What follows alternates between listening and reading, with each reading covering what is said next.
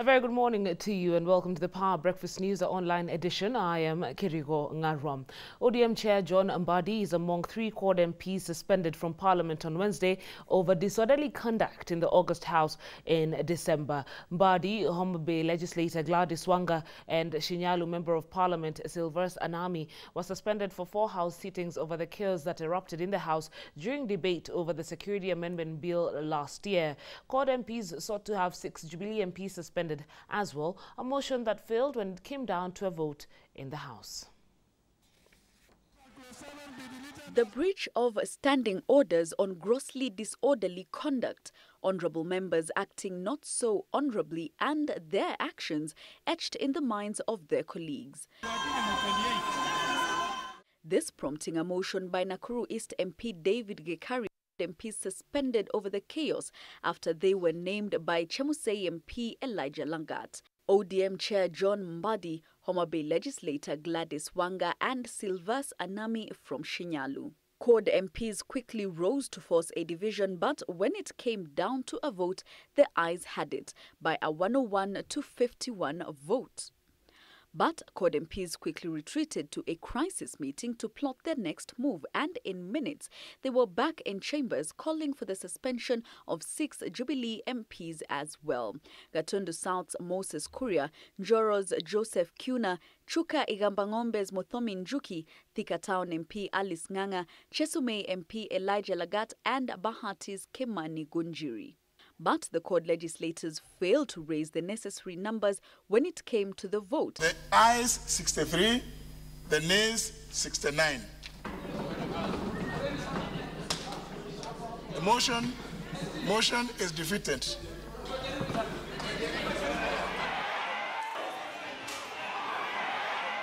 House standing orders hold the 3 Cord MPs will not be allowed within the precincts of Parliament for the 4 sittings in which they have been suspended. They will as well forfeit allowances during the suspension period. The Senate's Standing Committee on Legal Affairs and Human Rights will later on today meet with a consortium of 3 media houses, that is the Royal Media Services, the Nation Media Group and the Standard Group, to shed light on the ongoing digital migration standoff. This follows a debate on the floor of the Senate where legislators demanded a solution to end the current stalemate. The 3 media houses have been asking for more time to lay infrastructure required for digital migration. Now, governors may no longer be referred to as Your Excellency or fly the national flag in their vehicles if President Uhuru Kenyatta assents to the order of a President's Amendment Bill 2014 passed by the National Assembly on Wednesday. The bill has also taken away the title Honourable from members of the County Assembly and specified seniority and hierarchy of officers for the purpose of state functions. And as Francis Gashuri reports, the bill also stipulates the specific state officers who can use sirens and chase cars to ease their movements.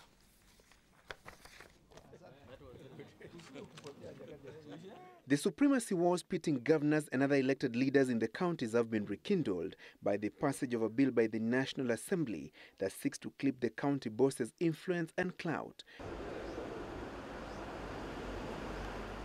Should President Uhuru Kenyatta assent to the amended Order of Precedence Bill 2014, governors will no longer be referred to as Your Excellency or fly the national flag on their vehicles. They will also not be allowed to fit sirens on their chase cars or have their spouses referred to by the title First Lady, should the bill sponsored by Elders Member of Parliament Aden Kainan become law.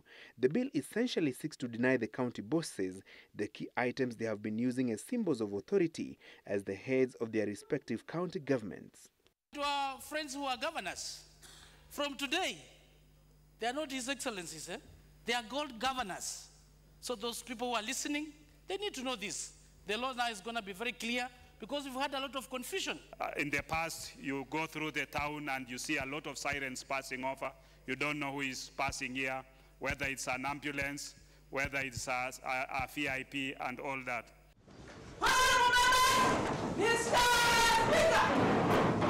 Members of the County Assembly will also no longer be referred to as honourable members if the bill becomes law. Should the governors or MCAs flout the provisions once the bill gets the President's nod, then they will be liable to fines of up to 2 million shillings and jail terms of up to 12 months or both. For the MCAs, my other fellows, my colleagues have talked, they should be put there in the list as councillors. Also in some counties, we are having CECs. These are the Committee of Executives. They're also calling themselves honorable. In fact, they're referred to as honorable ministers. And the minister thing is so much in the county that you get confused who is the minister and who is the CEC. Actually, the issues of MCS, when you look at this law, it's actually implied. If you're not a member of parliament, you're not supposed to be called honorable. In the bill, the members of parliament have also placed themselves at the same level with governors in the seniority hierarchy and left out MCAs in the ranking. They argued that MCA's insistence on being referred to as honorable members and governors as Your Excellency was causing unnecessary confusion during public events attended by various dignitaries. The Excellency title will now only be reserved for the President, the Deputy President and their spouses, while that of honorable members has been set aside for members of the National Assembly and senators.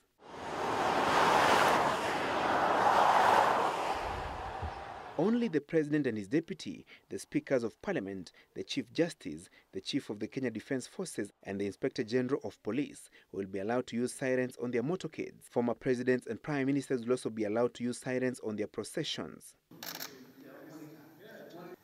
The fate of the bill now lies with President Uhuru Kenyatta. Uasin Gishu Senator Isaac Melly was on Wednesday injured during a running battle between police and protesters who tried to storm the University of Eldoret to eject the Vice-Chancellor. The senator, who was among the demonstrators, received treatment at Elgon View Hospital as they and others were seeking for the removal of Professor Teresia Akenga. Uasin Gishu Senator Isaac Melly took matters into his own hands, leading a band of students to the offices of Professor Teresia Akenga, the Vice-Chancellor of University of Eldoret, and with a snap of the lock, the senator locked out the Vice-Chancellor. The senator and the demonstrators paralyzed learning at the institution, with chants calling for the removal of the Vice-Chancellor over alleged corruption and tribalism. So for hours it was a push and pull as MCAs joined the fray. However, it soon turned chaotic. And in the fracas, Senator Melly and his aide were injured today. The professor had dismissed the allegations levied against her as false and politically instigated. She accuses area leaders of having a sense of entitlement to employment opportunities in the institutions. Alafu tunaletewa wakora instead ya mtu kukuja kukaa na watu na kufanya kazi na watu. Kazi yake ni kuleta kila mtu kutoka sehemu yake. But the truth is more than 50% of employees of the University of Eldoret come from this region. For now, learning at the university remains paralyzed. A 27-year-old woman was on Wednesday charged with failing to pay her bills after spending 21 days at the Intercontinental Hotel. She, however, denied being unable to settle 230,000 shillings after spending at the five-star hotel, including on Valentine's Day.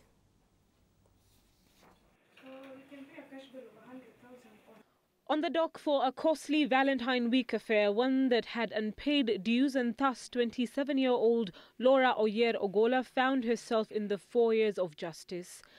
Milimani Court's resident magistrate Eda Ager had how the 27-year-old spent days leading up to Valentine's Day between 27 January 2015 to 16th February 2015, merrymaking at Nairobi's Intercontinental Hotel until she was slapped with a bill amounting to 229,505 shillings. She allegedly changed her tune to "Can't Pay, Won't Pay." Laura, however, denied the allegations. She was released on a cash bail of 100,000 shillings and is expected to appear in court again on 8th March 2015. Catholics all over the world on Wednesday celebrated Ash Wednesday, which marks the beginning of a 40-day fasting period known as Lent, where they pray, repent and reflect about their lives before the celebration of Easter, which starts immediately the fast is over. At the Holy Family Basilica, believers marked the beginning of Lent by holding 8 different masses where ash was applied on their faces as a reminder that humans come from ashes and in death they will go back to being ashes. They were urged to pray more, fast and help the needy in the society during this fasting period.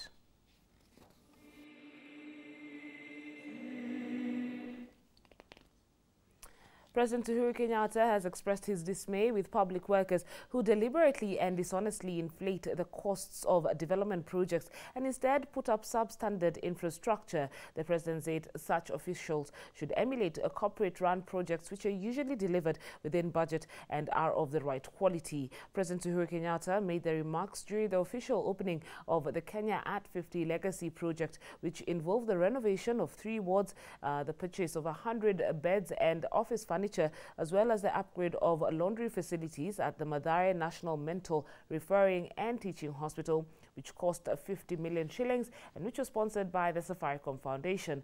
Safaricom Limited CEO Bob Collymore called for more investments in the mental health sector.